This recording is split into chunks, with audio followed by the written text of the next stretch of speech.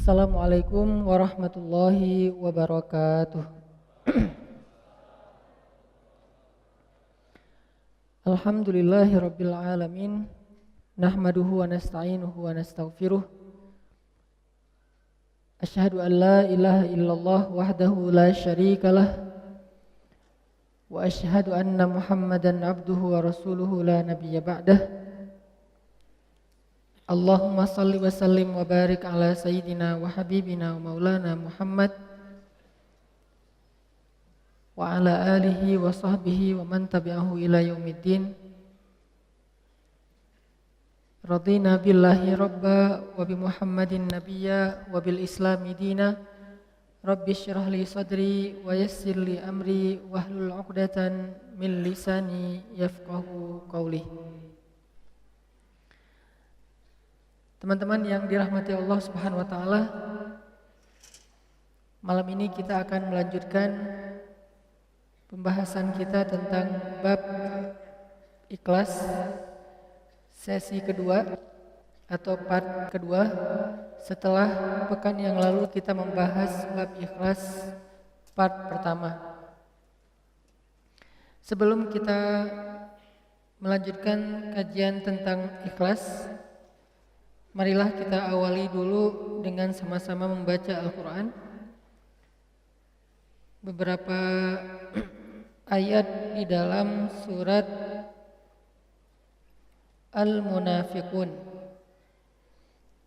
Surat Al-Munafiqun itu surat 63. Surat 63 dari ayat pertama.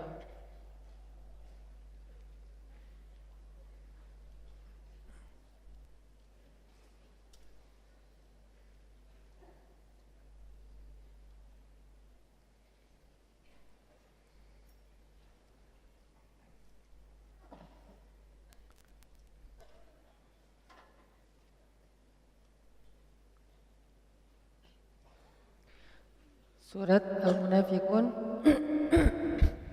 surat 63 dari ayat pertama. A'udzu billahi minasy syaithanir rajim. Silakan.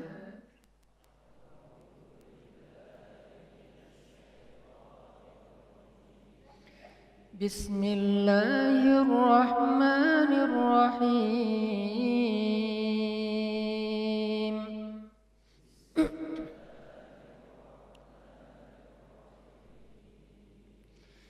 Idza ja'akal munafiquna qalu nashhadu innaka la rasulullah.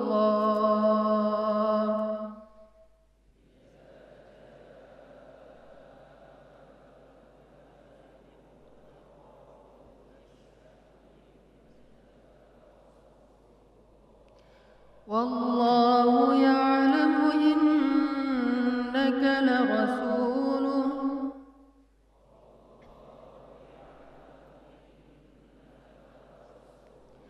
Wallahu yashhadu innal munafiqina lakadzibun.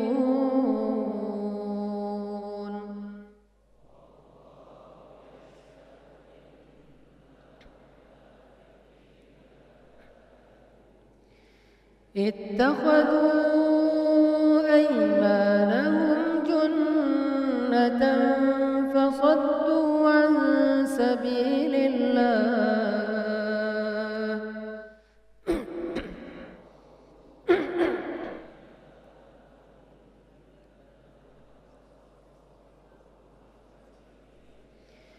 Innahum sa'a ma kanu ya'malun.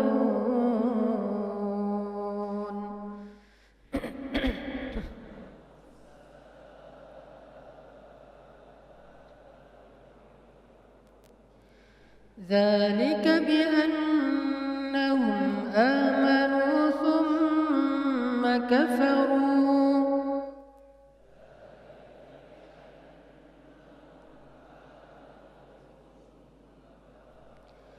فطبع على قلوبهم فهم لا يفقهون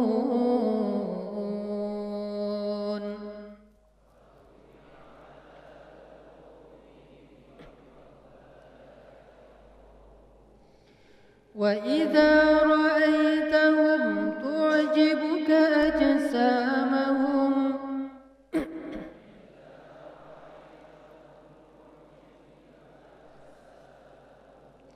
وإن يقولوا تسمع لقولهم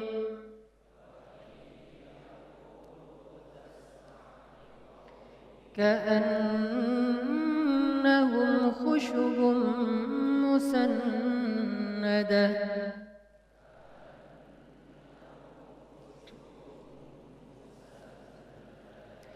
يحسبون كل صيحة عليهم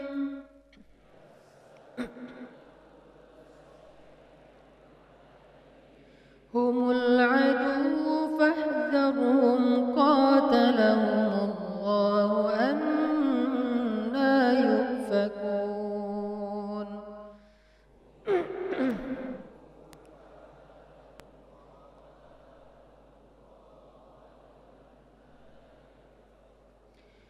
وإذا قيل لهم تعالوا يستغفر لكم ورسول الله لووا رؤوسهم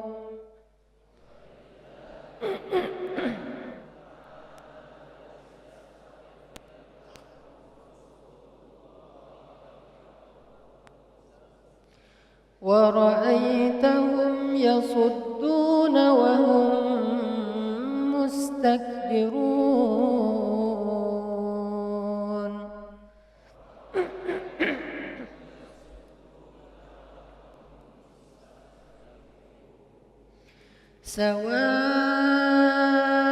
سواء عليهم أستغفرت لهم أم لم تستغفر لهم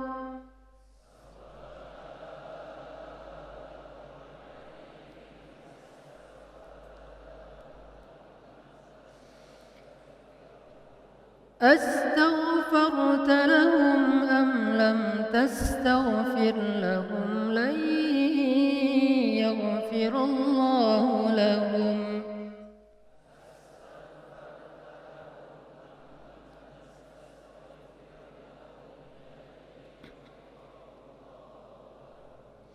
إن الله لا يهدي القوم الفاسقين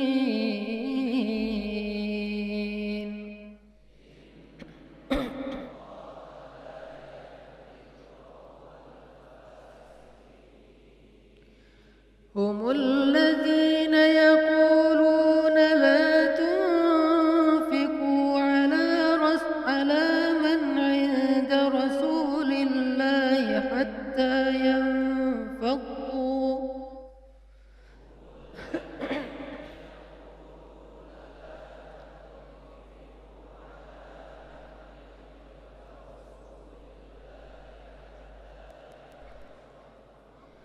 ولله خزائن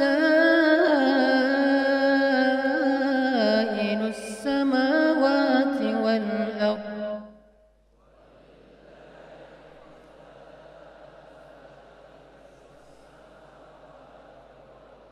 ولكن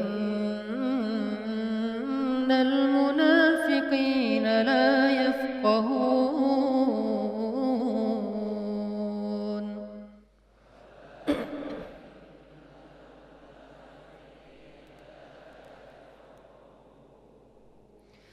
يقولون لئن رجعنا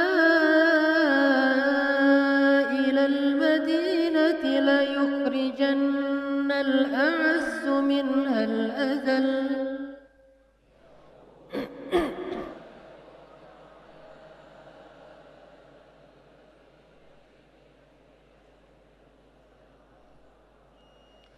ولله العزة ولرسوله وللمؤمنين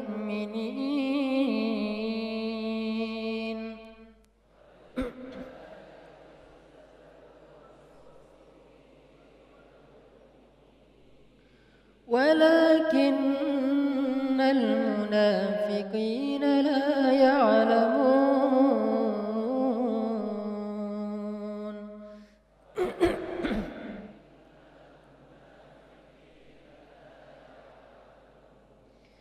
يا أيها الذين آمنوا لا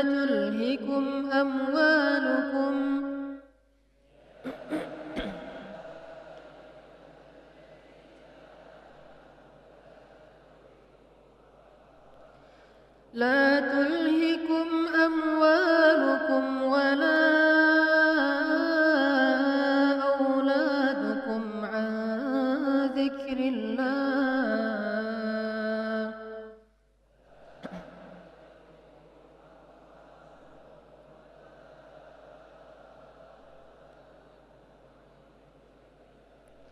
ومن يفعل ذلك فأولئك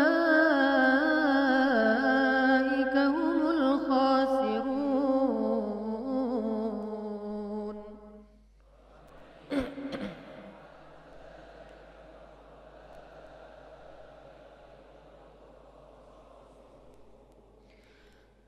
وأنفقوا مما رزقناكم من قبل أن يأتي أحدكم الموت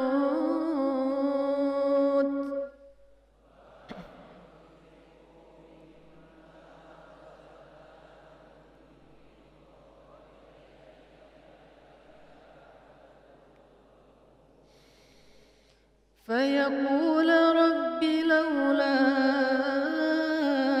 أخرتني إلى أجل قريب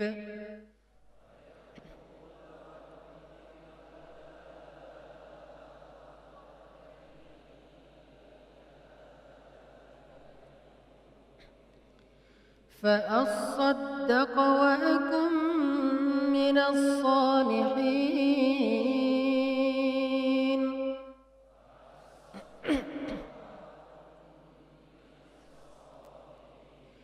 ولن يؤخر الله نفسا إذا جاء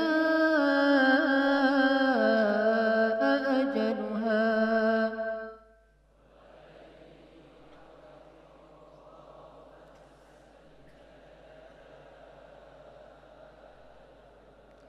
والله خبير بما تعملون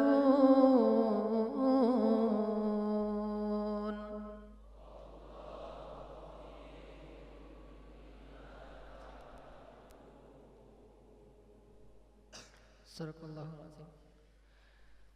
Teman-teman yang dirahmati Allah Subhanahu wa taala, salah satu yang paling dasar yang membedakan antara orang-orang mukmin dengan orang-orang munafik itu adalah ikhlas. Dan yang tahu tentang seseorang itu ikhlas atau riya hanyalah Allah, kemudian orang itu sendiri.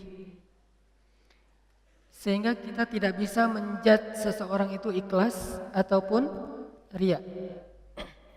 Ketika misalnya ada teman kita broadcast tentang satu nasihat-nasihat yang baik, udah gitu kita nggak bisa menjudge bahwa dia itu pamer ilmu, merasa paling benar, merasa paling soleh, merasa ini, merasa itu. Karena yang namanya merasa kan sifatnya batin ya. Yang namanya merasa itu kan urusan hati. Dan kita nggak tahu persis hati seseorang kecuali hanya Allah Subhanahu wa taala kemudian orang itu. Dan yang membedakan antara orang mukmin dengan orang munafik, karena kalau secara zahir mukmin dan munafik ini agak kabur, mirip. Apa miripnya? Sama-sama mengatakan asyhadu an la ilaha illallah wa asyhadu anna Muhammadan abduhu wa rasuluh. Sama-sama mengatakan inna salati wa nusuki wa mahyaya wa mamati lillahi rabbil alamin.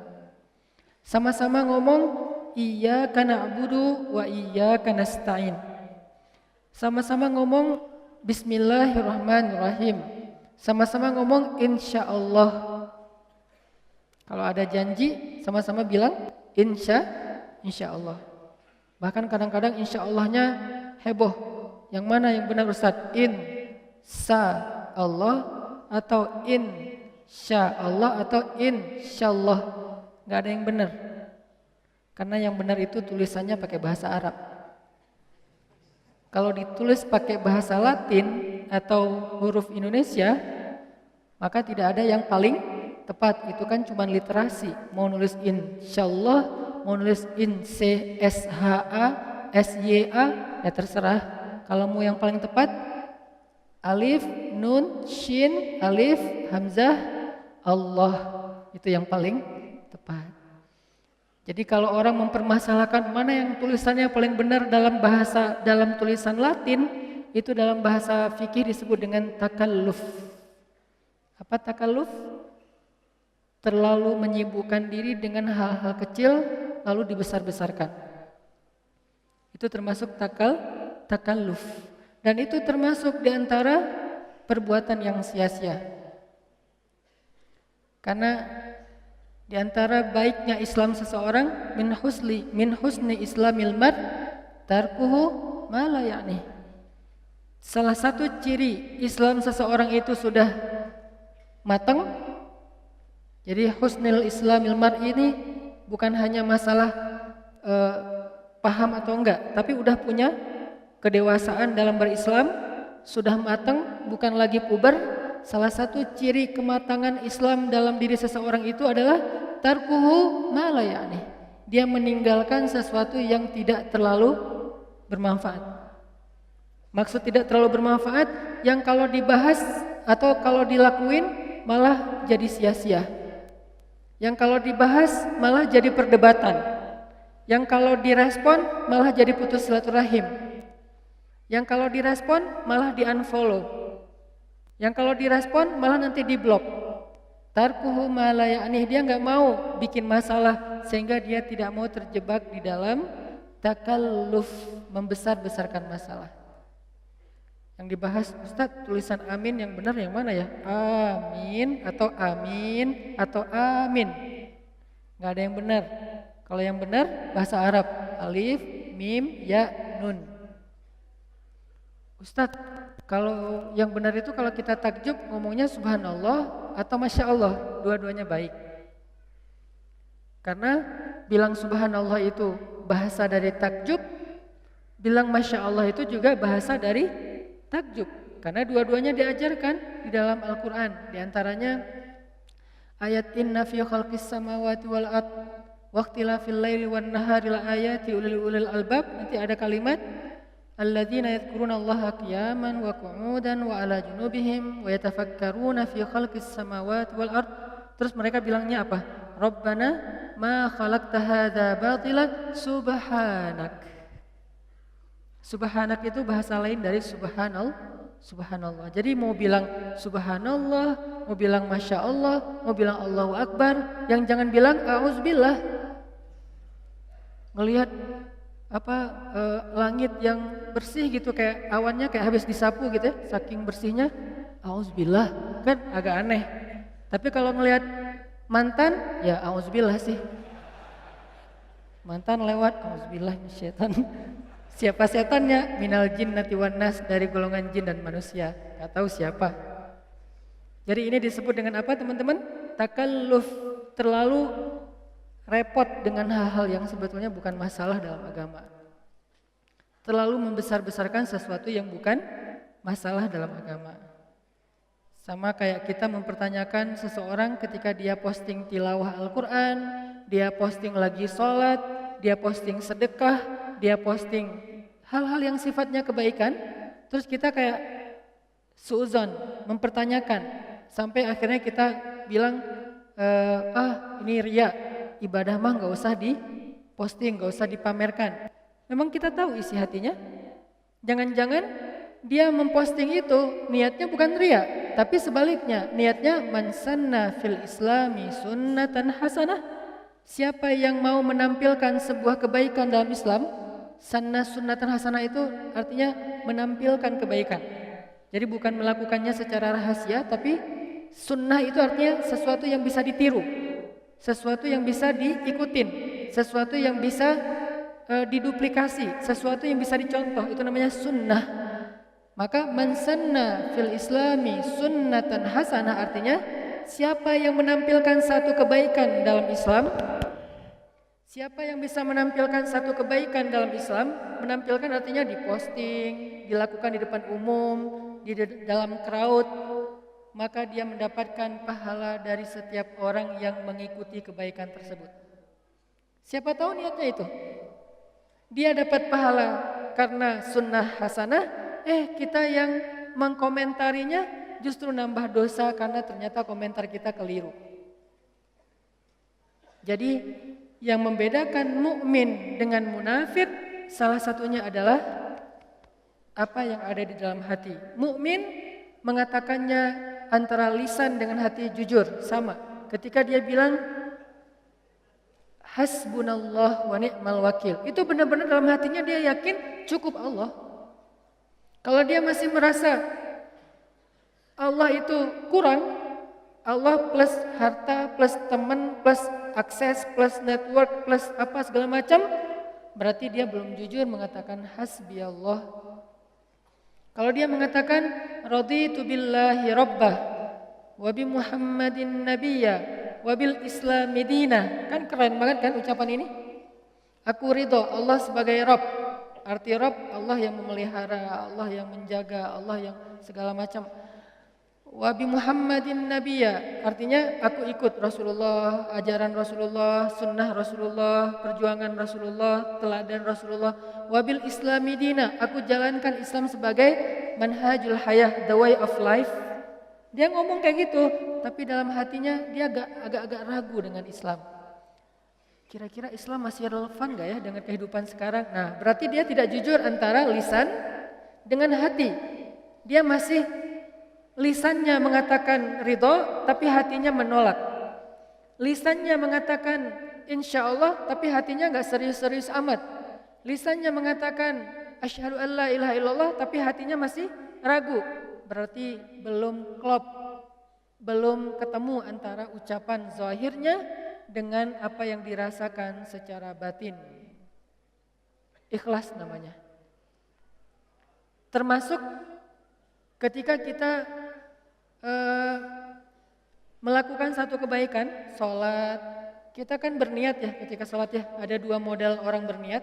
Ada yang berniat dengan diam-diam, ada yang berniat dengan membaca teks. Usolli fardhu maghrib salasa raka'atin mustaqbil kiblati adaan ma'muman apa? Lillahi ta'ala. Dia ngomong gitu kan? Lillahi ta'ala. Ini karena Allah. Dia ngomong dengan lisannya lillahi ta'ala, tapi Allah tidak mendengar ucapan lisannya, tapi Allah mendengar apa yang terbersit dalam hatinya. Benar enggak nih lillahi ta'ala? Jangan-jangan dia melakukan itu karena sesuatu. Dan sesuatu itu disebut dengan modus. Modusnya macam-macam, bisa harta, bisa cewek, bisa jabatan, bisa apapun. Kalau misalnya di masa-masa kampanye, dia kemudian menampilkan kesolehannya di depan umum dengan niat, tapi kita nggak tahu kan niat orang kan, sehingga kita nggak bisa menjudge. Kita nahnu nahkum bizzawahir, kita tuh hanya bisa menilai sesuatu yang tampak. Gak bisa menilai sesuatu yang tersembunyi dalam hati. Kalau dia niatnya adalah untuk pencitraan, kalau dia niatnya adalah supaya dipilih, kalau dia niatnya adalah supaya mendapatkan simpatik dari masyarakat, maka innamal a'malu binniyat. Allah pasti akan memberikan balasan dia sesuai dengan niatnya. Faman kanat hijratuhu ilallahi wa rasulih, fahijratuhu ilallahi wa rasulih. Kalau niatnya karena Allah, Allah yang akan memberikan dia reward. Tapi kalau niatnya karena selain Allah, wa man kanat hijratuhu ilad dunya yusibuha aw imra'atin yang yahuha fahijratuhu ila ma hajara ilaih. Kalau niatnya untuk manusia, baik itu dalam urusan harta, jabatan, pasangan, cinta, segala macam, maka Allah yang enggak akan ngasih reward apa-apa. Allah akan memberikan kesempatan, ya udah biar manusia aja yang ngasih dia reward, ngasih dia balasan, apresiasi dan seterusnya. Jadi salah satu yang membedakan antara mukmin dan munafik itu adalah apa yang dirasakan di dalam hati, teman-teman. Dan karena dia sifatnya tersembunyi di dalam hati, maka kita tidak bisa menjudge orang lain mukmin atau munafik. Kita hanya bisa menjudge diri kita masing-masing. Sehingga Nabi mengatakan, istafti qalbak, tanya kepada hati kamu masing-masing. Tanya kepada hati kita masing-masing, kita ini mukmin atau munafik? Kalau dua-duanya ada yang ikhlas Ustaz, tapi ada yang riya juga. Nah, kira-kira porsinya lebih banyak yang mana nih? Karena kalau masih tanggung, berarti kita termasuk muzabzabina baina dzalik. Kita terombang-ambing di antara keduanya. La ilaha ula wa la ilaha ula. Enggak termasuk ke sini, tidak termasuk ke sini, terombang-ambing. Maka kita harus introspeksi diri, bertanya kepada hati kita masing-masing, saya ini mukmin atau munafik? Sehingga materi tentang mukmin, munafik, ikhlas, riya itu bukan materi untuk menjudge orang lain. Itu murni materi muhasabah terhadap diri kita sendiri.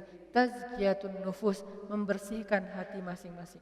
Teman-teman yang dirahmati Allah Subhanahu wa taala, musibah apa yang paling fatal dan paling menyakitkan dalam hidup kita, coba?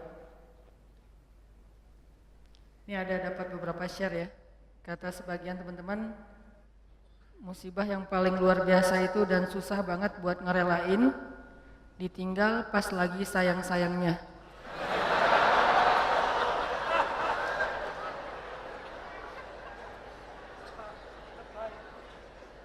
Saya tuh pas baca ini jadi mengenang lagi masa lalu sih. Masa lalu teman saya maksudnya. Atau ada juga yang bilang musibah paling besar yang susah direlain tuh harddisk ke format bersama kenangannya. Jadi tiba-tiba harddisknya error dan di dalamnya banyak foto-foto tentang masa lalu. Terus ada juga yang bilang ketika memasukkan uang 1.000 yang ternyata uang 100.000 ke kotak amal. Masa itu musibah? Ada juga yang bilang musibah yang susah kita rela itu adalah Ronaldo pindah ke Juventus.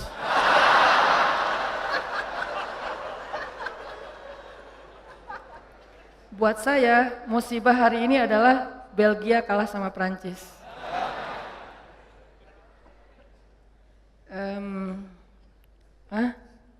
Ada yang bilang musibah itu adalah ketika sosok yang kita pilih gagal di Pilgub.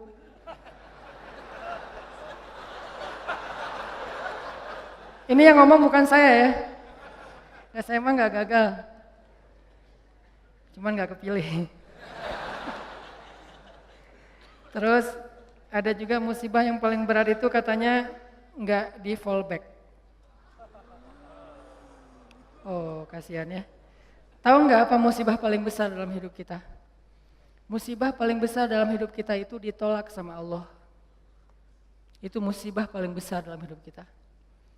Kayak yang kita baca tadi di dalam surat Al-Munafikun, ketika mereka berkata di hadapan Nabi Muhammad SAW, nashhadu annaka innaka la Rasulullah. Kami bersaksi engkau itu benar-benar Rasulullah. Kata Allah, wallahu ya'lamu innaka la rasuluh, wallahu yashhadu innal munafiqina lakadzibun. Allah juga tahu kamu rasulnya dan Allah tahu kalau orang-orang munafik itu adalah orang-orang yang pendusta. Jadi hal yang paling menyakitkan, hal yang paling rugi, hal yang paling ngenes, hal yang paling sedih, hal yang paling musibah besar dalam hidup seorang manusia itu adalah bukan ditolak oleh orang yang dia kecengin, bukan ditolak oleh mertua yang dia datang baik-baik untuk melamar gara-gara kurang modal, gara-gara kurang dalil, gara-gara kurang meyakinkan. Bukan itu musibah yang paling besar, itu musibah tapi masih kurang besar. Apa yang paling besar? Ditolak oleh Allah Subhanahu wa taala. Karena siapapun yang mendapatkan Allah, maka dia mendapatkan semua kebaikan dunia. Dan siapa yang kehilangan Allah, maka dia kehilangan semua kebaikan dunia dan akhirat. Siapa yang mendapatkan Allah? Dalam tanda petik ya, Arti mendapatkan Allah itu mendapatkan ridho Allah, dapat like dari Allah, dapat perhatian dari Allah. Siapa yang mendapatkan Allah, maka dia mendapatkan semua kebaikan dunia dan akhirat. Dan siapa yang kehilangan Allah, berarti dia kehilangan semua kebaikan di dunia dan akhirat. Inilah musibah yang paling besar, teman-teman. Kayak Allah berfirman di dalam Al-Baqarah yang saya sering ulang-ulang. Ketika ada orang yang bilang, وَمِنَ النَّاسِ مَنْ يَقُولُ آمَنَّا بِاللَّهِ وَبِالْيَوْمِ الْآخِرِ. Di antara manusia ada yang mengatakan kami beriman kepada hari Allah dan hari akhir. Apa jawaban Allah? وَمَا هُمْ بِمُؤْمِنِينَ. Mereka bukan orang yang beriman. Atau di dalam akhir surat Al-Hujurat, ketika orang-orang munafik mengatakan mereka beriman, mereka masuk Islam, kata Allah, sesungguhnya Allah tahu apa yang ada di dalam hati mereka, apakah mereka benar-benar beriman atau tidak. Qalatil a'rabu amanna. Orang Arab Badui mengatakan kami beriman. Qul lam tu'minu walakin qulu aslamna. Kalian belum beriman, kalian baru masuk Islam. Ini artinya teman-teman ditolak oleh Allah Subhanahu wa taala. Ada orang yang sholat, dia puasa, dia haji, dia umroh, dia sedekah, dia tilawah Al-Quran, tetapi dia ditolak oleh Allah Subhanahu wa taala.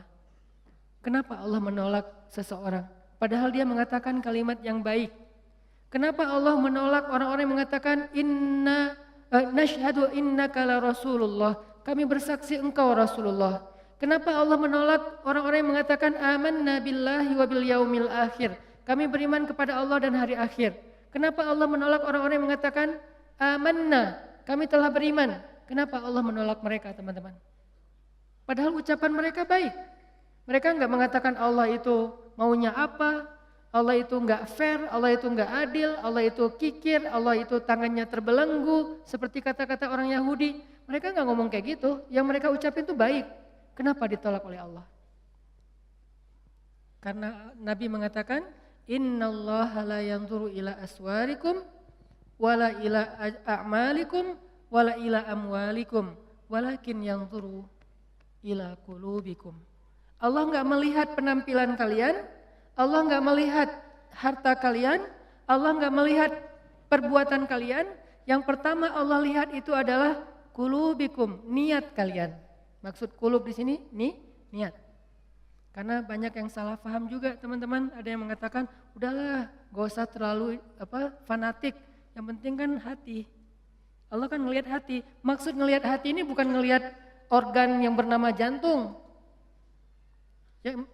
Yang maksud ngelihat hati ini bukan ngelihat apa yang kita rasain, bahagia, nggak bahagia, bukan. Maksud walakin yanzur ila qulubikum ay yanzur ila niyatikum. Maksud melihat kepada hati itu adalah Allah melihat ke dalam niat kalian. Apakah kalian mengatakan itu dengan jujur bahwa kalian benar-benar beriman atau itu hanya basa-basi? Apakah kalian mengatakan itu dengan jujur karena benar-benar yakin berserah diri kepada Allah atau itu hanya modus supaya ditolong oleh Allah, kemudian besok kalian akan meninggalkan Allah setelah mendapatkan kebaikan itu? Allah Maha tahu. Sehingga Allah mengatakan di surat Al-Mulk, wa asirru qaulakum aw ijharu bih innahu alimun bidzatis sudur. Kalian rahasiakan atau kalian tampakkan apa yang ada di dalam hati kalian, innahu alimun bidzatis sudur. Allah tahu banget apa yang ada di dalam dada kalian. Buat Allah, bisikan hati kita sejelas teriakan lisan kita. Gak ada bedanya. Kita teriak pakai mic, kita katakan, bohong, saya gak percaya sama Allah. Lalu kita teriakkan dengan hati, kita berbisik dengan hati. Dengan sepelan mungkin, saya gak percaya sama Allah. Itu suara hati dan suara mulut kita, lisan kita di sisi Allah sama. Gak ada bedanya. Gak ada cerita kalau dengan mulut kita bilang, ya Allah saya percaya kepada engkau, saya berserah diri kepada engkau, Allah dengar. Giliran dalam hati kita bilang, enggak sih sebetulnya enggak gitu-gitu amat. Apa? Allah enggak kayak gitu. Karena Allah mendengar isi hati kita, sejelas mendengar suara dengan lisan kita. Sangat jelas. Sehingga ketika ada nabi yang berdoa dengan suara yang lirih, nabi siapa? Zakaria. Dzikru rahmati rabbika 'abdahu Zakaria idz nada rabbahu nidaan khafiyya. Nidaan khafiyya, suara yang lembut, pelan, lirih, tidak ada yang mendengar seorang pun kecuali Allah Subhanahu wa taala. Allah mendengar dengan jelas. Bahkan kalau suara itu tersembunyi di dalam lautan yang gelap, lebih dalam daripada Danau Toba, gelap banget nih. Karena nggak mungkin ikan haut, ikan paus hidupnya di perairan yang dangkal, nggak mungkin. Dia hidup di perairan yang dalam, yang mungkin kedalamannya di bawah 1 kilometer. Bahkan kalau seseorang kemudian ditelan ikan haut, ikan paus, lalu ikan paus itu membawanya ke dalam lautan, di dalam samudra, tiba-tiba orang yang di dalam perut ikan itu bersuara, Subhanaka inni kuntu minaz zalimin, Subhanaka inni kuntu minaz zalimin. Pelan sekali suara itu terdengar dengan jelas di arasy Allah Subhanahu wa taala. Jadi enggak ada yang tersembunyi dari Allah. Sehingga apa yang menyebabkan kita ditolak oleh Allah, teman-teman? Bukan ucapan kita kurang fasih. Bukan bacaan Al-Qur'an kita kurang makhraj, kurang bagus tajwidnya. Bukan ketika kita sholat gerakan kita kurang sempurna, bukan. Tapi hati kita yang kurang ikhlas, itu penyebab seseorang ditolak.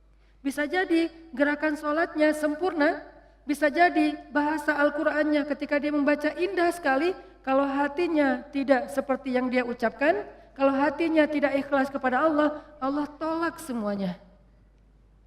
Sehingga salah satu di antara 3 orang yang pertama masuk neraka padahal dia soleh siapa? Qari'ul Quran, orang yang membaca Al-Quran dengan baik, hafiz 30 juz dengan 10 qiraat plus riwayat. Kan ini enggak mudah kan? Hafal 30 juz, 10 qiraat pakai riwayat. Karena saya pernah ngalamin sulitnya mencari atau mendapatkan riwayat Al-Quran itu susah banget. Saya termasuk orang yang belum berhasil mendapatkan itu. Pernah saya mau daftar ke guru saya, Syekh Tariq Faris di Mesir. Syekh, saya pengen ngambil riwayat Al-Quran. Syekh senang karena beliau suka dengan bacaan saya. Ya udah sini, saya akan ajarin kamu. Syaratnya pertama, kamu hafal 1 buku. Saya dikasih 1 buku, tebalnya 500 halaman. Isinya adalah syair. Kurang lebih 500 halaman, isinya syair. Dan syair itu berbunyi tentang cara baca Al-Quran. Huruf ini ketemu huruf ini, dibaca begini. Ayat ini wakafnya di sini, Nabi dulu wakafnya di sini, ini bacanya dengan riwayat ini begini, riwayat itu begitu dan seterusnya.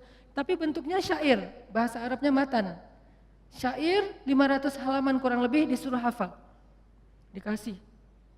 Ternyata kita satu geng, saya beberapa teman-teman termasuk ada anak Mesir.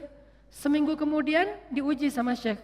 Ketika seminggu setelah itu kita datang ke Syekh, tiba-tiba anak Mesir, teman saya, dia bilang, Syekh, saya sudah hafal syair itu. Buku tebal, dia hafal seminggu. Terus dites sama Syekh saya, lancar. Terus Syekh saya tanya ke saya, Hanan gimana? Syekh, daftar isi juga belum? Daftar isinya aja belum kehafal, dia udah hafal 1 buku. Saking susahnya mendapatkan riwayat Al-Quran. Jadi kalau ada orang yang hafiz Al-Quran pakai riwayat, itu keren banget tuh. Tapi sekeren itu, sedahsyat itu, sesulit itu dia memperoleh 1 riwayat Al-Quran, kalau nggak ikhlas, habis semuanya. Riya sedikit aja, riya itu nggak perlu ke ribuan orang, 1 orang cukup. Karena riya itu kan nggak harus, saya riyanya cuma 1 orang doang kok, masa hilang sih? Enggak, 1 orang aja kalau kita riya, habis. Apalagi riyanya kepada ribuan orang. Saya pernah ceritakan gimana sulitnya menjaga ikhlas. Ikhlas itu gampang, yang susah itu menjaga ikhlas. Di awal insya Allah ikhlas. Gak mungkin juga kita di awal pengen riya, kan gak mungkin ya. Usolli sunnata tahiyatul masjid ri'a an-nas. Kan gak ada ya. Saya sengaja sholat sunnah tahiyatul masjid karena pengen pamer aja. Allahu Akbar, kan gak mungkin kan. Gak ada di antara kita yang sengaja beramal karena pengen riya. Kita gak di level itu, insya Allah itu bukan level kita. Kita 1 level di atasnya. Di awal ikhlas. Pasti kita mengatakan lillahi ta'ala. karena Allah. Tapi masalahnya di tengah ketika kita lagi ngerjain itu. Ketika kita lagi sedekah lewat kenceleng, dari ujung kita lihat 1.000, 2.000, 5.000, paling banter 10.000, kita 100.000 gitu kan. Pas ngeluarin, asa nggak rela ya 100.000 tapi nggak ada yang lihat. Akhirnya kita sok ikhlas. Bukan ikhlas, sok ikhlas, ditutup di depan biar nggak kelihatan, tapi di belakang orang pada ngelihat. Ya. 100.000.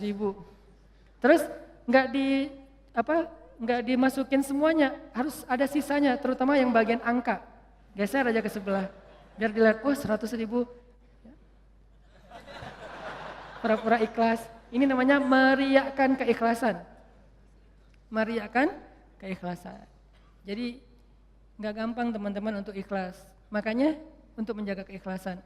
Makanya kita berlindung kepada Allah, ya Allah jangan tolak saya gara-gara saya tidak mampu menjaga ikhlas. Saya beristighfar minta ampun kepadamu ya Allah kalau saya pernah riya. Karena kalau ditolak sama Allah udah kita nggak dapat kebaikan apa-apa. Di dunia maupun di akhirat. Kalau Allah menerima kita maka kita diberikan kebaikan dunia dan akhirat. Wa innama likulli imri'in ma nawa. Semua orang mendapatkan sesuai dengan apa yang ada di dalam hatinya, niatnya, apa yang dia niatkan. Faman kanat hijratuhu ilallahi wa rasulih, fa hijratuhu ilallahi wa rasulih. Kalau Allah menerima kita, kita minta apa aja Allah kasih. Tapi kalau Allah menolak kita, kita mau jungkir balik di Raudhah malam Jumat, bulan Ramadan, pas lagi Lailatul Qadar, gak akan diterima oleh Allah. Kenapa? Udah ditolak. Makanya musibah paling besar itu teman-teman ditolak oleh Allah. Dan Allah menolak kita bukan karena melihat perbuatan kita yang kurang sempurna, amal soleh kita yang tidak terlalu ideal, tapi karena Allah melihat hati kita yang cacat. Cacatnya itu bukan amalannya, tetapi perasaannya, hatinya, niatnya. Kan ada tuh cerita tentang 3 orang yang lagi touring, kemudian terjadi badai, akhirnya mereka berlindung di dalam sebuah gua kan. Kemudian jatuhlah sebuah batu besar menutup pintu gua, mulut gua. Akhirnya mereka sadar, wah kita nggak akan selamat nih. Satu-satunya yang bisa buat kita selamat adalah kita duduk berdoa kepada Allah. Karena mau ngedorong batu nggak mungkin, nyari jalan lain mentok. Duduklah mereka bertiga berdoa kepada Allah. Orang yang pertama berdoa, ya Allah, saya punya kedua orang tua yang udah sepuh. Ayah dan ibu yang sudah sepuh, yang sudah tua. Dan saya selalu berbakti kepada keduanya. Bahkan saya tidak pernah mau memberikan susu dari ternak saya kepada keluarga saya atau kepada siapapun sebelum saya memberikan terlebih dahulu kepada kedua orang tua. Jadi gak mau dia ngasih susu itu kecuali ke orang tuanya dulu baru keluarganya. Suatu malam orang tuanya minta susu. Udah disiapin, dia peras susu ternaknya, pas mau dikasih ke orang tuanya ketiduran. Dia biasanya kalau udah ngasih ke orang tuanya, baru dia ngasih ke keluarganya, istrinya, anaknya. Kali ini orang tuanya minta susu, pas udah mau dikasih ketiduran. Akhirnya dia tunggu di sebelah orang tuanya yang tidur sampai mereka bangunnya subuh. Dia berdiri sambil megang susu. Kenapa? Dia nggak mau nanti orang tuanya tiba-tiba bangun, manggil dia untuk 2 kali. Dia nggak mau orang tuanya memanggil dia 2 kali. Dia hanya dia pengen sekali manggil udah ada. Sehingga kalau misalnya nanti orang tuanya bangun, dia langsung memberikan susu. Dia tungguin megang susu sampai subuh. Kebayang nggak dari habis isya, megang susu berdiri sampai subuh demi ingin menyenangkan hati kedua orang tuanya. Dan resikonya apa? Resikonya pegel.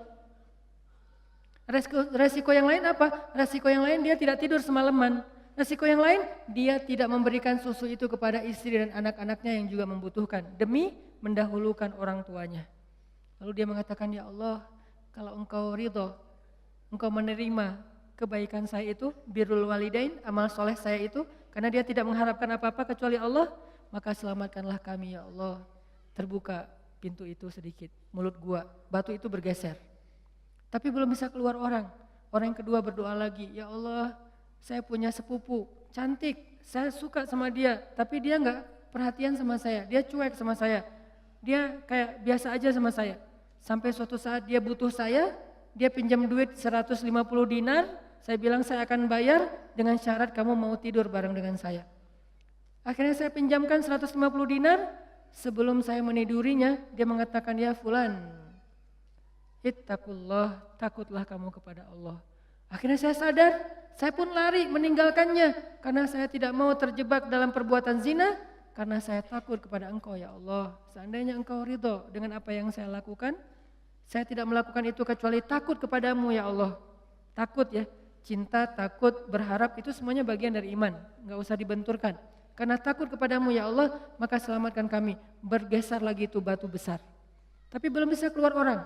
Yang ketiga berdoa, ya Allah, saya punya pekerja, saya punya pegawai yang suatu saat pulang ke rumahnya, pulang ke kampungnya, belum mengambil gaji. Lalu gaji itu saya kembangkan, saya berdayakan sampai bisa membeli ternak yang banyak, memenuhi lembah, onta, kemudian domba, dan segala macam. Tiba-tiba dia datang, Tuhan saya pengen mengambil gaji saya katakan gaji kamu itu semuanya. Tuhan jangan bercanda, gaji saya enggak sebanyak itu. Ya memang, tapi sudah saya kembangkan menjadi berkah dan berkembang. Maka itulah semua hasilnya. Lalu dia mengambil semua ternak-ternak itu dan tidak menyisakan satupun untuk saya. Kalau Engkau ridho ya Allah, selamatkan kami. Bergeser lagi batu itu dan mereka bisa keluar. Ini kalau Allah menerima kita teman-teman. Wa man yattaqillaha yaj'al lahu makhraja. Siapa yang taat kepada Allah, siapa yang bertakwa kepada Allah, siapa yang ikhlas kepada Allah. Karena salah satu makna takwa itu ikhlas. Kan Nabi bilang at-taqwa hahuna kan? Takwa itu di sini, bukan di sini. Takwa itu bukan di sini, bukan di sini, bukan di pakaian, takwa itu di sini. Ada orang yang pakaiannya menarik. Ada orang yang tutup kepalanya menarik, ada orang yang ucapannya fasih dan menarik. Sehingga kata Allah di surat Al-Munafikun, kalau kalian melihat penampilan mereka kalian akan takjub. Kalau kalian mendengar ucapan mereka kalian pasti akan mengikutinya. Apa maksudnya? Penampilannya meyakinkan sekali sebagai orang solih. Terlihat sekali aura orang yang taat kepada Allah. Penampilannya tuh udah syar'i banget. Kalau dia seorang laki-laki, penampilannya terkesan orang yang paling banyak ilmu. Kalau dia seorang perempuan, penampilannya terkesan orang yang sangat menjaga diri, tertutup rapat auratnya. Dan kalau dia bicara, kalian akan mendengar ucapan mereka. Kenapa? Dia bicara Allah berfirman, Rasulullah bersabda, Allah berfirman, Rasulullah bersabda. Semuanya dalil. Kenapa malah Allah menyebut mereka orang munafik? Karena apa yang mereka tampilkan, apa yang mereka ucapkan tidak sesuai dengan apa yang mereka niatkan di dalam hati. Lagi-lagi ini bukan untuk menjudge orang lain. Jadi jangan sampai nanti kalau kita ngelihat ada orang yang berpenampilan solih, arti solih itu ya penampilannya kelihatan ahli ibadah, terus kita bilang, itu ada tuh di surat Al-Munafikun kayak gitu. Jangan. Langsung kita menjudge orang lain seolah-olah itu kayak di surat Al-Munafikun ayat 4. Terus kita lihat cewek yang jilbabnya syar'i, itu ayat 4 Al-Munafikun banget tuh. Nggak bisa, karena kita nggak tahu kan isi hatinya. Maka kalau kita nggak tahu isi hatinya, tugas kita apa teman-teman? Tugas kita adalah berbaik sangka. Tugas kita menghindari prasangka buruk. Tugas kita kepada sesama manusia berbaik sangka. Dan tugas kita kepada diri kita sendiri adalah muhasabah diri, memperbaiki diri kita sendiri, menghitung-hitung kesalahan kita sendiri. Kalau orang lain jangan cari-cari kesalahan, apalagi dihitung-hitung. Wala tajassasu, jangan cari-cari kesalahan orang lain. Sehingga kalau ada teman kita posting, postingannya tuh bagus, tapi ada celah sedikit aja, itu yang dikomentarin. Padahal bukan itu inti dari postingan tersebut. Nah ini berarti tajassus. Apakah kita lupa dengan ayat itu? Padahal itu ayat yang paling populer di surah Al-Hujurat. Sampai Allah mengatakan, maukah kalian memakan bangkai saudara kalian sendiri sementara kalian merasa jijik? Ini artinya gak bisa kita menjudge orang lain. Ini lebih ke diri kita sendiri. Ternyata Allah gak ngelihat dulu penampilan kita, walaupun itu nanti akan dilihat, cuman bukan yang pertama. Kalau ini beres, baru dilihat yang penampilan, dilihat ucapan, dilihat perform kita. Kalau ini udah beres. Kalau ini gak beres, yang lain gak dilihat. Jadi yang pertama Allah lihat, apa niat kita melakukan sesuatu. Apa niat kita duduk di dalam majelis ilmu? Apa niat kita ketika kita memakai pakaian tertentu? Jangan-jangan ketika kita memakai pakaian tertentu, kita memakainya sebagai libasus syuhrah, memakainya untuk pamer, menunjukkan bahwa kita lebih kaya dari orang lain, menunjukkan status sosial, menunjukkan kalau kita orang sukses, menunjukkan bahwa kita banyak duit, menunjukkan kalau kita banyak ilmu, menunjukkan bahwa kita banyak ibadah sunnah. Kalau ini niat di dalam hati kita, nggak akan ada nilainya sama sekali apa yang kita tampakkan di sisi Allah. Dan kalau Allah sudah menolak, nanti kita minta apa aja nggak akan dikabulkan oleh Allah Subhanahu Wa Taala. Ya Allah, kurang apa lagi? Saya udah tahajud, saya udah sedekah, saya udah tilawah, saya udah hafal Quran, saya udah berjihad, saya udah bantu orang lain, saya udah. Kenapa saya hidupnya kayak gini ya Allah? Tanyakan kembali, istafti qalbak, tanya ke hatimu, kenapa kita melakukan itu? Karena Allah atau karena yang lain? Ria'an nas. Kadang-kadang kita melakukannya udah ikhlas, tapi di tengahnya ria. Jadi bisa jadi teman-teman, kita punya beberapa amalan, kalau kita nggak berani mengatakan banyak amalan, kita punya beberapa amal soleh, tapi hampir tidak ada satupun yang diterima di sisi Allah. Kenapa Ustadz? Ikhlas kok Ustadz? Di awal, bisa jadi di tengahnya ria. Enggak, di tengah saya tetap ikhlas, bisa jadi di akhirnya ria. Enggak, di akhirnya masih ikhlas, bisa jadi barusan aja ria. Setelah after years, setelah beberapa tahun. Sehingga kalau kita nggak punya modal amal soleh yang diterima di sisi Allah, gimana kita mau ngangkat kedua tangan kita? Makanya kadang-kadang kan ujiannya kayak gitu. Di awal udah ikhlas, saya nih pengen tilawah yang bagus karena biar orang-orang sholatnya pada khusyuk. Allahu Akbar, ikhlas kan? Alhamdulillahi Rabbil Alamin, ikhlas. Ar-Rahmanir Rahim, masih ikhlas. Maliki Yaumiddin, ada yang nangis di belakang. Mulai bagus juga ya suara saya. Habis tuh.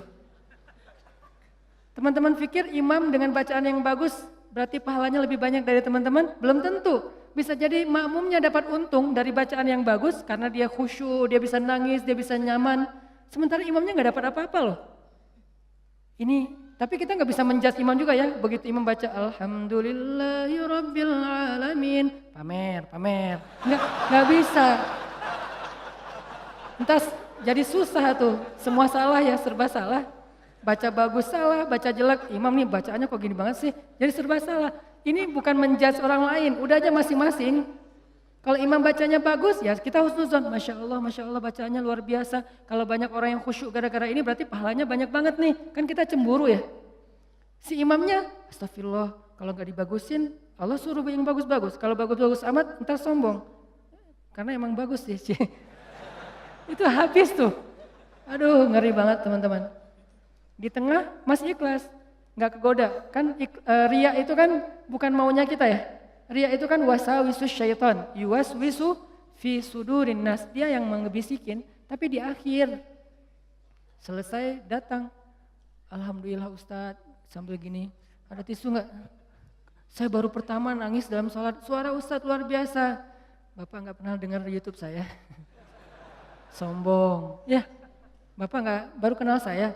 Gitu, atau bukan karena pujian orang lain teman-teman, karena diremehin sama orang lain. Pernah diremehin orang terus jadi riya? Saya pernah ngisi di beberapa masjid agung. Ada kan kalau di daerah-daerah tuh kalau saya ngisi kadang-kadang panitia mintanya di masjid agung.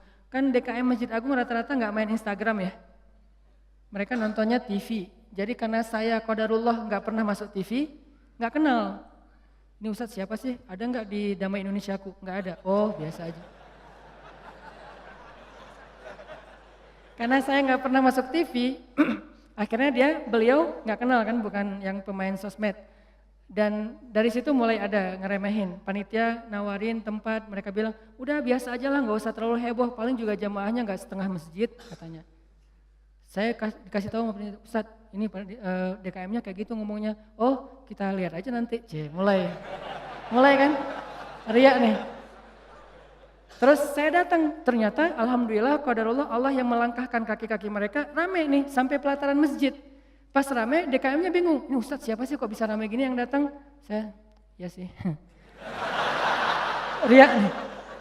Mulai yuwaswis waswasa. Jadi perang batin banget teman-teman sama setan. Bukan maunya saya, setan yang kayak gitu. Kita cuma punya dua pilihan, mengaminkan atau menolak. Kalau kita mengatakan iya sih, berarti kita membenarkan kata-kata setan di dalam hati, ria, sombong. Atau kita mengatakan astagfirullah, astagfirullah, nggak mau kegoda gitu. Pas waktunya sholat maghrib, panitia biasa, panitia kan kenal pastinya ya, Ustadz dorong-dorong saya gitu kan. DKM nggak ngedorong, kan kepancing. Kenapa DKM nggak ngedorong? Ngelihat penampilan saya dari ujung rambut sampai ujung kaki kayak kurang meyakinkan gitu. Nih Ustadz bisa ngaji nggak sih? Ngelihat ujung kupluk. Di tengah kaos atau pakai kemeja, bawah celana jeans biasa. Ini bisa ngaji nggak ya? Akhirnya DKM kayak ragu-ragu gitu mau dorong saya jadi imam. Dalam hati, 5 menit lagi dengerin aja nanti. Wah, UASWIS luar biasa. Karena didorong-dorong terus sama penitia, ya udah deh, saya mau ya, kalian yang dorong kan, dorong lagi dong. Didorong ya. Udah aja jadi imam. Ngimamin. Karena tadi diremehin sama DKM, kepancing dong. Wah, Ar-Rahman nih, gua keluarin sekalian. Kenapa ngeluarin Ar-Rahman? Favorit, kartu as lah. Kan DKM-nya kayak ragu-ragu gitu. Sampai saya bilang, soft dirapatkan, diluruskan, saya nggak mau pakai bahasa Arab. Walaupun nggak bisa. Soft diluruskan dan dirapatkan gitu. Terus DKM-nya masih gini-gini. Ragu-ragu gitu dalam hati saya. Ya bentar lagi, tenang aja. Wah, balik arah. Allahu Akbar. Itu udah gak benar lagi sholatnya tuh. Itu dirasain banget. Itu udah gak benar lagi sholatnya. Allahu Akbar. Begitu selesai Al-Fatihah. Gimana Pak? Udah dengar? Terus masuk Ar-Rahman. Serak pula. Aduh. Serak, suaranya hilang, segala macam. Aduh itu nyesel banget tuh. Gak bisa show off ya. Kalau pas lagi dapat mic-nya bagus sampai menggemanya tuh sekilo gitu ya. Itu kan enak banget ya. Buat seorang vokal mic itu kayak floor buat anak skate kan. Jadi bisa ngetrik banget kalau floornya dapat kan. Jadi buat saya tuh kalau mic-nya pas dapat, wah ini bisa semua trik dikeluarin nih. Fabi ayyi ala'i rabbikuma tukadziban. Udah Ar-Rahman aja yang biasanya dibagi 4. Sekarang 1 rakaat Ar-Rahman, rakaat kedua Al-Muluk. Kenapa? Biar sekalian didengerin. Nih Ar-Rahman ya, gini cara bacanya. Aduh, habis. Selesai sholat. Kan balik arah gitu kan, mau zikir kan, balik arah. Balik arah bukan pura-pura zikir sih, sambil zikir ngelihat ke arah si Bapak. Kira-kira gimana ekspresinya sekarang? Itu teman-teman berat. Kadang-kadang bukan karena kita pengen dipuji orang, tapi kita nggak rela diremehin orang, itu yang bikin kita riak kan? Bukan karena kita pengen dielu-elukan, dipuji, dapat banyak like, dipuja-puja, bukan itu. Itu kita masih kadang-kadang bisa ngerem, tapi kita nggak sanggup bertahan, nggak bisa sabar kalau diremehin orang. Akhirnya kita bocorin juga kebaikan kita. Habis. Diremehin suami, diremehin pasangan, diremehin orang tua, diremehin mertua, diremehin teman-teman, segala macam. Diremehin tetangga, kita bukan pengen dipuji dan dipuja oleh orang lain, tapi kita nggak tahan kalau diremehin, keluar juga tuh. Siapa yang selama ini yang melakukan ini? Siapa yang bantu kamu? Siapa? Keluar semua. Satu persatu yang kita sebutkan, satu persatu berguguran dan tidak ada nilainya di mata Allah SWT. Sabarkah kita ketika diremehkan oleh orang lain untuk tetap menjaga rahasia amal kita antara kita berdua aja dengan Allah? Itulah ujian ikhlas. Bisa nggak kita jaga? Nggak mau kita bocorin rahasia kita berdua sama Allah. Begitu kita bocorin, sedih banget tuh. Udah langsung tidak ada lagi nilainya di mata Allah. Berapa banyak dari amal yang kita lakukan yang benar-benar kita mampu menjaga keikhlasannya di awal, di tengah, di akhir. Kalau ada, jangan menyimpulkan dulu bahwa kita udah sukses karena masih ada waktu selama kita masih hidup untuk kita batal. Mungkin nggak batal di akhir, tapi batalnya setelah beberapa tahun. Ada teman kita datang nanya-nanya ke kita tentang, ngafal Quran itu susah banget ya. Kenapa? Aku tuh ngafal 1 juz aja, juz 30 nggak beres-beres. Oh, ya sebetulnya gampang sih kalau udah tahu triknya, mulai nih. Emang idealnya ngafal Quran berapa lama? Ya tergantung orangnya. Ada yang 10 tahun, ada yang 5 tahun, ada yang 2 tahun, 3 tahun, setahun. Kalau aku sih alhamdulillah 6 bulan khatam. Habis semuanya tuh. Ngafal Quran emang gampang, capek, susah loh. Yang susah itu bukan ngafalnya, murojaahnya kan, ngejaga hafalan. Udah hafal 5 juz, biasanya baru kerasa capeknya tuh setelah 5 juz kata orang-orang yang hafal. Setelah 5 juz, mulai nih keteteran yang di belakang, balik lagi ke depan, hilang lagi yang di belakang, balik lagi. Kayak gitu ngafal Quran saking capeknya itu sampai orang yang banyak putus asa. Udah setelah perjuangan, effort yang luar biasa, hilang hanya gara-gara kalimat cuman 5 menit aja, habis semuanya teman-teman. Rugi banget kan? Jadi jangan dulu menyimpulkan bahwa kita itu udah pasti soleh, udah pasti istimewa, udah suci banget, hanya gara-gara kita punya amalan soleh lebih banyak dari teman kita. Mungkin dia amalnya biasa-biasa aja, tapi dia karena biasa-biasa gak bisa ngeriain kan? Hafal 30 juz dengan hafal Al-Ikhlas, kira-kira mana yang pantas diriakan? 30 juz dong, Al-Ikhlas gak mungkin riak. Gimana kita mau riak? Gua udah hafal loh, apa? Al-Ikhlas. Apa yang mau diriain Al-Ikhlas? Yang ada Al-Ikhlas itu surat pelampiasan. Kalau udah mentok Al-Ikhlas. Sawa'un 'alaihim a'anzartahum. Perasaan tadi sebelum sholat lancar. A'anzartahum. Qul huwallahu ahad. Biasanya gitu kan? Mentok-mentoknya Al-Ikhlas. Kenapa? Cuman Al-Ikhlas yang kita paling ikhlas. Kenapa tadi kok bacanya yang susah-susah? Pengen dong sesekali orang tahu kalau hafalan saya udah nambah kan gitu ya. Pengen dong orang tahu, kayak kadang-kadang kan kita suka pengen melakukan sesuatu yang orang lain gak bisa lakukan.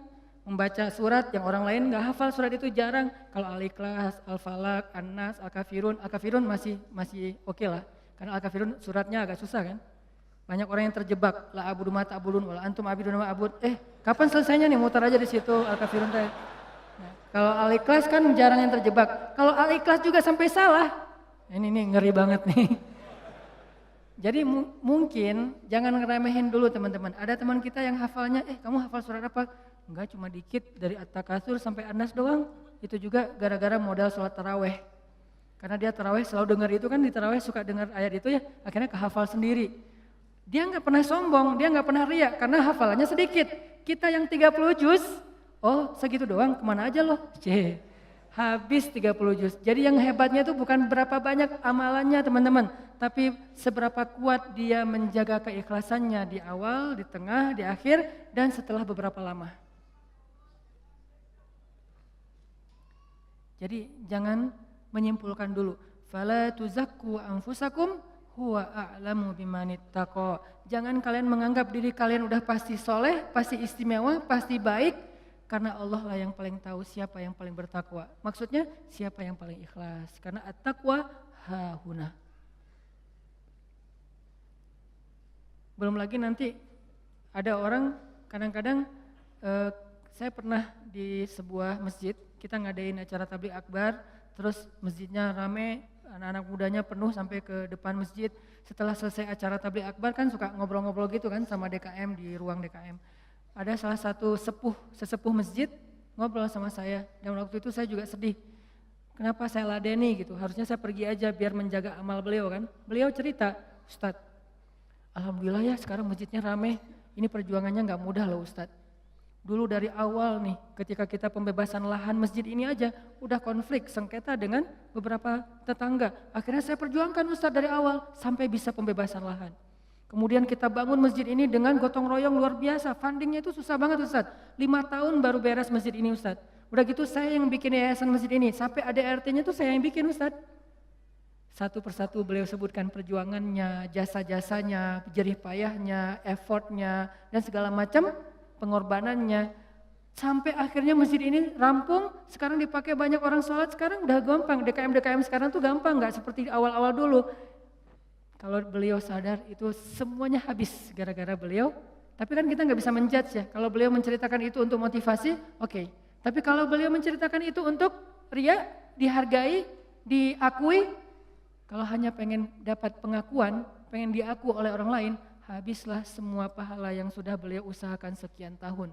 Harusnya kalau beliau ikhlas, satu orang yang datang ke masjid untuk ikut acara tabligh akbar, sholat berjamaah, taubat, sadar, zikir, ibadah, beliau dapat pahala. Kebayang nggak kalau ada 5.000, 10.000 anak muda yang datang untuk ikut acara di situ? Pahala beliau banyak banget, tapi hilang hanya dengan 5 menit berbicara.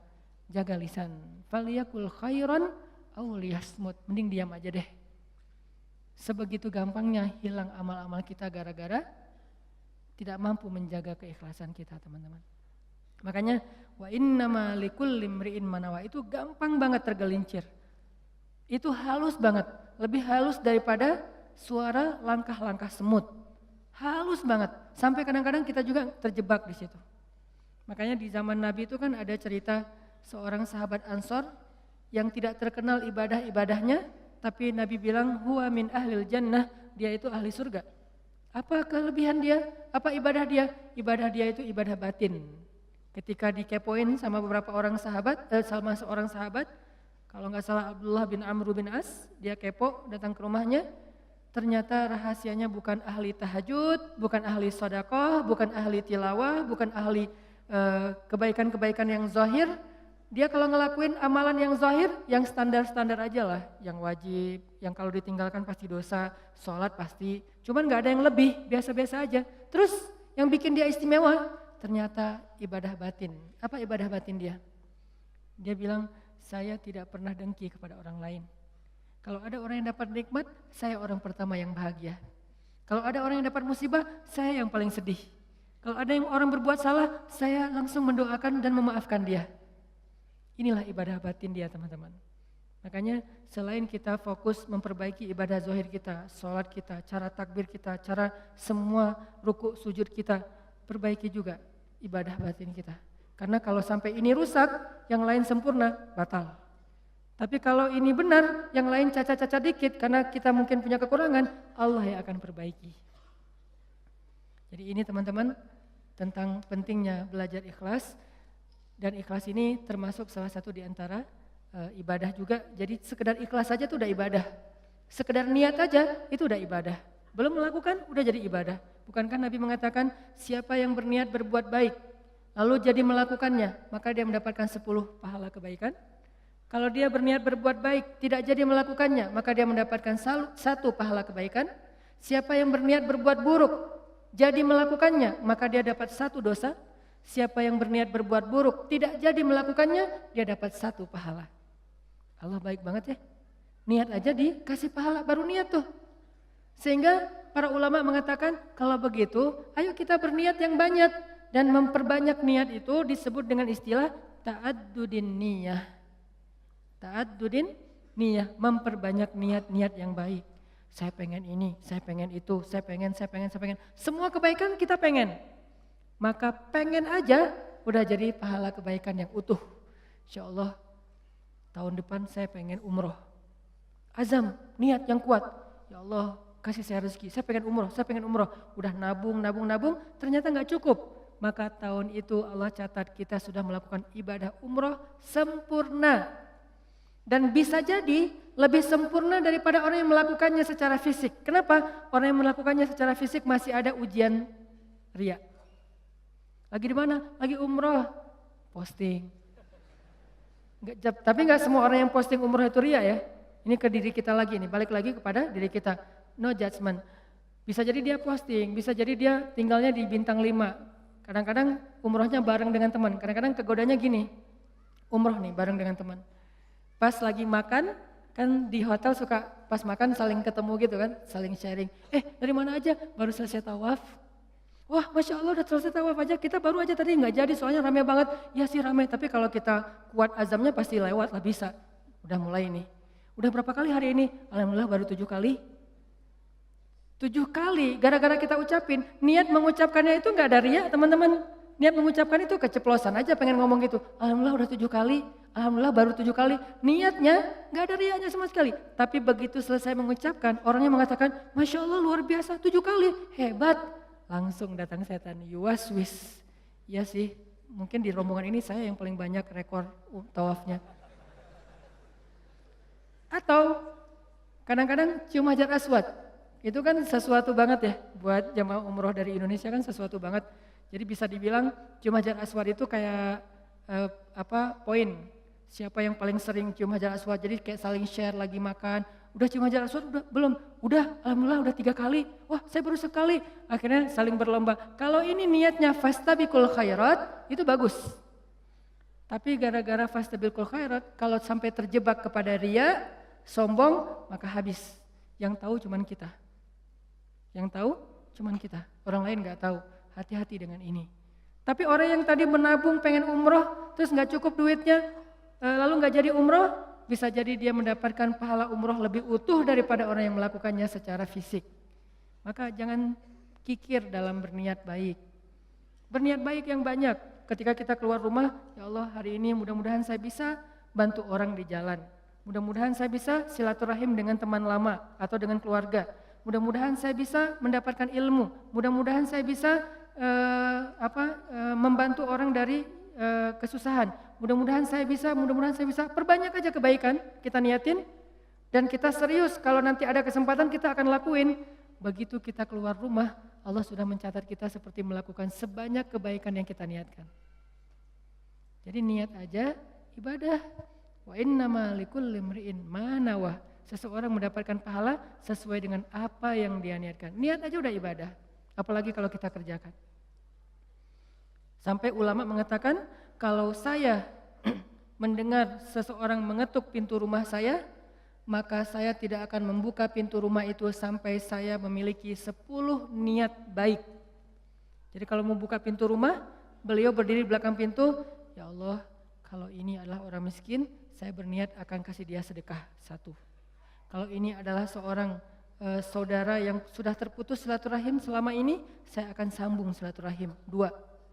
Kalau ini adalah seorang ulama, saya akan minta nasihat dari beliau dan ilmu 3. Kalau ini adalah seorang murid, saya akan kasih dia nasihat dan ilmu 4.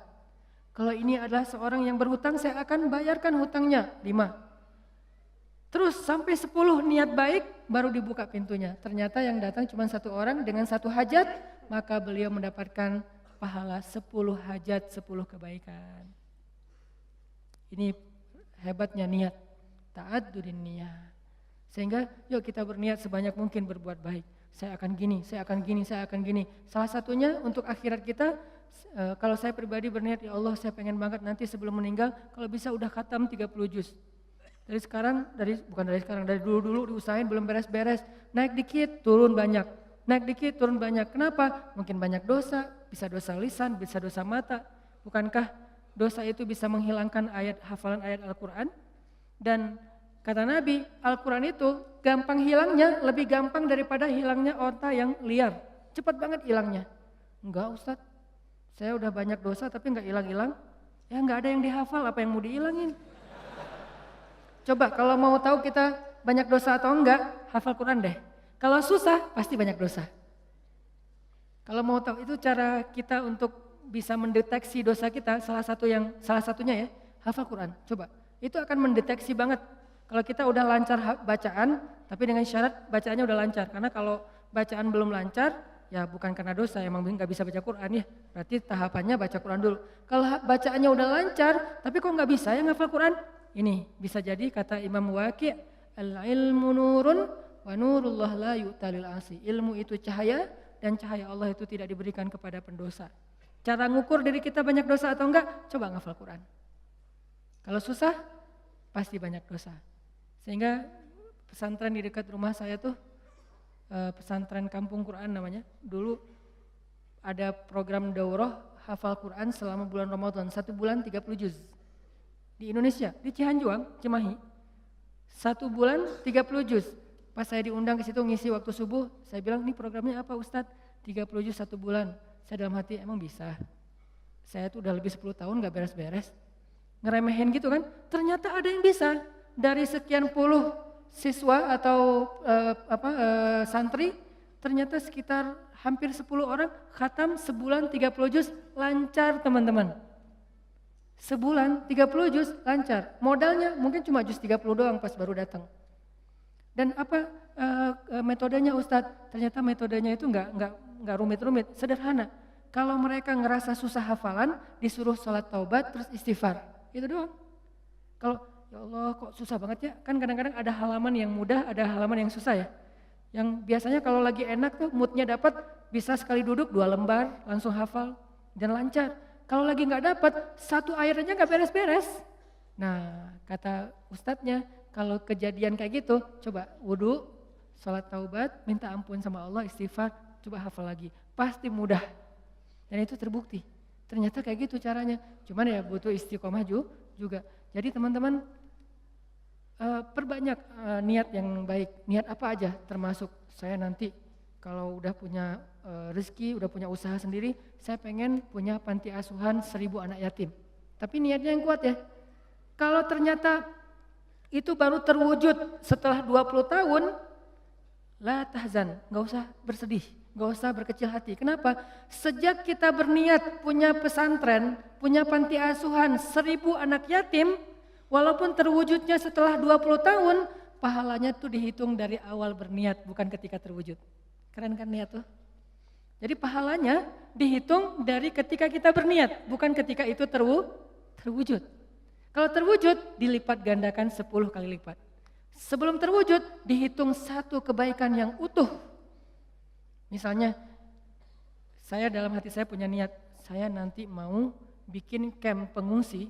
Kalau kemarin yang saya datang sama teman-teman itu kan camp pengungsi Suriah yang ada di Turki. Yang artinya para pengungsi yang udah aman kondisinya, kita coba bantu kecil-kecilan. Nah ini dikasih lagi tanah sama Erdogan, sama Turki, lewat menteri di niatnya, lewat Golden Future kita kerjasama di Aleppo perbatasan dengan Turki, di dalam Suriahnya. Yang nggak bisa nyebrang, yang nggak bisa ngungsi keluar negeri, maka ditampung di situ. Dikasih berapa hektar tanah, disuruh coba kalian bisa nggak bikin camp di situ. Saya punya niat, saya akan coba bareng-bareng dengan Golden Future harus punya camp di Aleppo bagian perbatasan Turki yang menampung minimal 100.000 pengungsi Suriah. Itu kan niatnya? Kapan terwujud? Allahu alam. Yang penting saya ikhtiar aja dulu dari sekarang. Mulai membangun sosmed, saya harus banyak followers. Kenapa? Makin banyak followers, insya Allah funding untuk kemanusiaan lebih gampang. Terus juga membangun jaringan beberapa tempat di seluruh Indonesia supaya kita kerja bareng-bareng untuk selain kemanusiaan di Suriah, kemanusiaan juga di Indonesia. Bikin kegiatan-kegiatan dakwah anak muda. Tapi salah satu target goal saya itu adalah bisa ngebantu korban-korban perang, bukan membantu perang, membantu korban perang. Kalau membantu korban perang kita datangnya bawa roti, bawa gandum, bawa obat-obatan. Kalau membantu perang kan bawa senjata ya, dan saya megang senjata juga belum pernah. Nah, niatnya 100.000 pengungsi di camp di dalam Suriah untuk membantu mereka. Kapan terwujud? Sebutlah 10 tahun lagi baru terwujud. Saya apakah baru dapat pahala setelah 10 tahun? Enggak. Dari sejak awal saya berniat, kalau saya mampu ikhlas, maka saya mendapatkan pahala yang sama. Berarti setiap hari itu saya kayak ngasih makan 100.000 pengungsi Suriah di Aleppo. Setiap hari. Keren kan niat tuh? Kenapa kita nggak melakukan hal yang sama? Kenapa kita nggak berniat aja kayak gitu? Saya akan ikut juga dengan program Ustadz Hanan. Walaupun sekarang saya belum bisa support dana, tapi insya Allah kalau saya ada dana nanti saya pasti akan ikut nyumbang. Saya juga akan funding dengan teman-teman saya. Niatin aja. Dengan niat aja, kita udah ngasih makan anak yatim di Suriah itu 100.000 orang daily, setiap hari. Wa innama likulli imri'in ma nawa. Kenapa kita nggak berniat yang banyak kebaikan-kebaikan? Kenapa kita kikir dalam niat? Belum lagi nanti kita niatkan yang lain-lain. Saya punya niat misalnya pengen banget dengan kita mendakwahi anak-anak muda, dengan kita bikin sebuah gerakan anak muda, suatu saat dari mereka lahir seorang pemimpin yang saya sering ulang-ulang, yang hafiz Al-Quran, yang takut kepada Allah, yang ngimamin kita sholat di Masjid Istiqlal, dan yang muazzinnya adalah wakil presiden, yang imamnya presiden. Kalau itu terwujud, lalu makmumnya seluruh Indonesia, itu kan keren banget ya. Kalau belum terwujud, saya tetap dapat pahala niat itu kalau masih ikhlas. Berniatlah sebanyak mungkin, berniatlah seluas mungkin, jangan tanggung. Enggak kalau 100.000 kegedean, udah aja 10 orang. Kenapa tanggung-tanggung? Memangnya buat kita rugi kalau kita niat 100.000 orang kita kasih makan, udah aja niat. Tapi enggak mungkin tercapai, siapa bilang enggak mungkin? Banyak hal yang sekarang saya alamin secara pribadi dan bersama teman-teman di Pemuda Hijrah, itu kejutan loh dari Allah. Dulu mungkin kita anggap itu mimpi.